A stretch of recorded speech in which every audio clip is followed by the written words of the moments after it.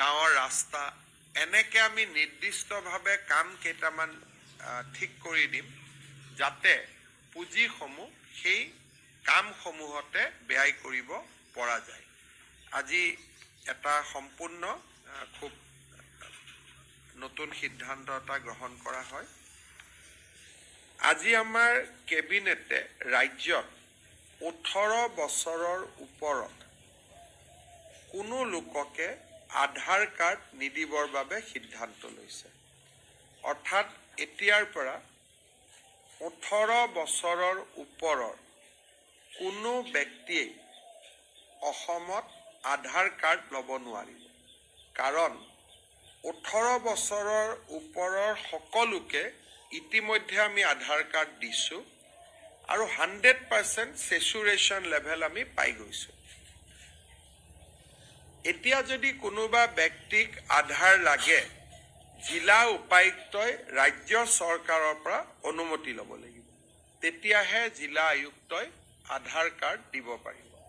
কিন্তু 18 বছৰৰ তলৰ যুৱক যুৱতীৰ বাবে এই প্ৰতিবন্ধকতা নাথাকিব। আনহাতে 2027 চনৰ মাৰ্চলৈকে ST, শিডিউল ট্ৰাইব আৰু টি গাৰ্ডেনৰ বাদ পৰা যদি কোনোবা আছে আধাৰ কাৰ্ড দি থাকিব পাৰিব।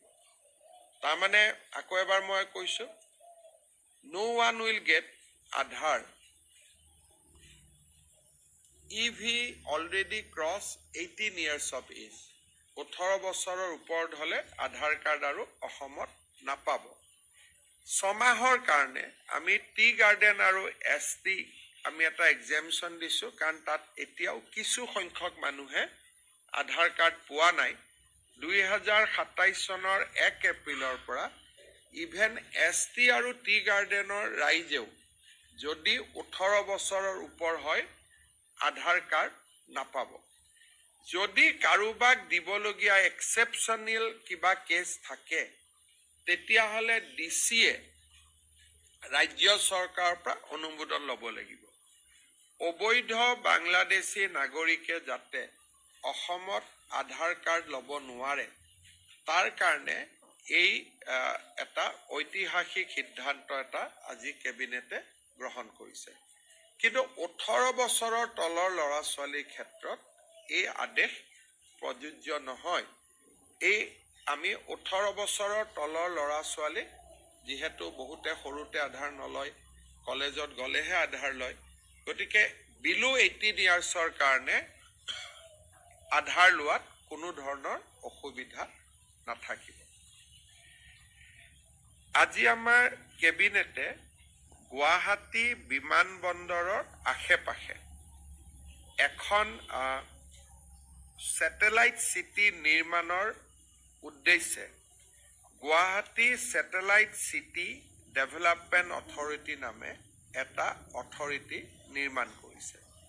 গুৱাহাটী বিমানবন্দৰৰ পিছফালে পলাশবাৰী শুৱালকুছি ব্ৰিজৰ লগত বা আমাৰ সেই অঞ্চলত থকা মাটিত এই ছেটেলাইট চিটি নিৰ্মাণৰ প্ৰস্তাৱ কৰা হ'ব আৰু ই গুৱাহাটী মহানগৰৰ বৰ্তমান সীমাৰ ভিতৰতে আবদ্ধ থাকিব। এই মহানগৰ ক্ৰছ নকৰে, within the city of Guwahati GMD এৰিয়াৰ ভিতৰতে ই আবদ্ধ থাকিব।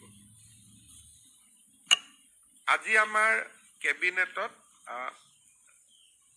আমাৰ ভাৰতীয় প্ৰশাসনীয় সেৱাৰ বিষয়াসকলৰ তেওঁলোকৰ চাকৰিত এটা নিয়ম আছে যে এটা নিৰ্দিষ্ট সময় দিল্লীত কাম কৰিব লাগে, এটা নিৰ্দিষ্ট সময় ৰাজ্যত কাম কৰিব লাগে।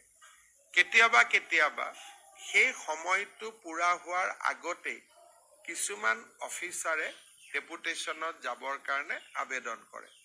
আগতে মুখ্যমন্ত্ৰীয়ে সেই আবেদন মঞ্জুৰ কৰিছিল। এতিয়া এই আবেদন কেইবাটাও চৰ্ত সাপেক্ষে কেবিনেটেহে অনুমোদন কৰাৰ ক্ষমতা দিয়া হয়, যাতে প্ৰিমেচিয়ৰ ডেপুটেশ্যন অসমত কমি যায়। তাৰ কাৰণে আজি কেবিনেটে এই সিদ্ধান্ত গ্ৰহণ কৰে। আজি আপোনালোকে এইটো জানে যে 1, 2, 3 তাৰিখে গুৱাহাটীত সম্ভাৱনা আছে যে এগৰাকী খুব হাই ডিগনেটাৰিজৰ অসম ভ্ৰমণৰ প্ৰধানমন্ত্ৰী নৰেন্দ্ৰ মোদী ডাঙৰীয়াৰো অসম ভ্ৰমণৰ সম্ভাৱনা আছে। সেই বিষয়টো লৈও আমি মহানগৰখনক কেনেকৈ প্ৰস্তুত কৰি ল'ব লাগে এই বিষয়ে তাৰ বিষয়েও আজি কেবিনেটত আমি বিতং কৰি আলোচনা হয়। কিন্তু ভিজিটটো এতিয়ালৈকে 100% কনফাৰ্ম নহয়, সেইকাৰণে আমি বহুত ডিটেইলছ এতিয়াই দিব খোজা নাই। কিন্তু প্ৰস্তুতি পৰ্বটো ৰাজ্য চৰকাৰে আজিৰ পৰা আৰম্ভ কৰিব। আমি গুৱাহাটীবাসী ৰাইজৰ সহযোগিতা বিচাৰিম। কেবিনেটত এইখিনি আলোচনা কৰাৰ উপৰিও কেবিনেটে 6 জুলাইৰ পৰা অসম বিধানসভাৰ অধিৱেশন অনুষ্ঠিত কৰাৰ বাবে সিদ্ধান্ত গ্ৰহণ কৰিছে।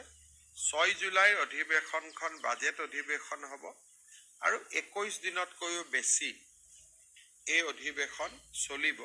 আৰু এই অধিৱেশনতে 2026-27 চনৰ পূৰ্ণাংগ বাজেট বিত্তমন্ত্ৰীয়ে দাখিল কৰিব আৰু আপোনালোকক বাজেটৰ দাখিলৰ দিনটো ছেপাৰেটলি বিত্ত বিভাগে অৱগত কৰিব। আৰু জুলাই মাহত বাজেট অধিৱেশন শেষ হোৱাৰ লগে লগে আগষ্ট মাহৰ পৰা চৰকাৰৰ জনকল্যাণমূলক আঁচনিসমূহো আৰম্ভ হ'ব। এইখিনি আজি কেবিনেটত সিদ্ধান্ত লোৱা হয়। আপোনালোকে যদি কিবা সুধিব বিচাৰে সুধিব পাৰে। Assam has already saturated so far as Aadhaar is concerned. However, still Aadhaar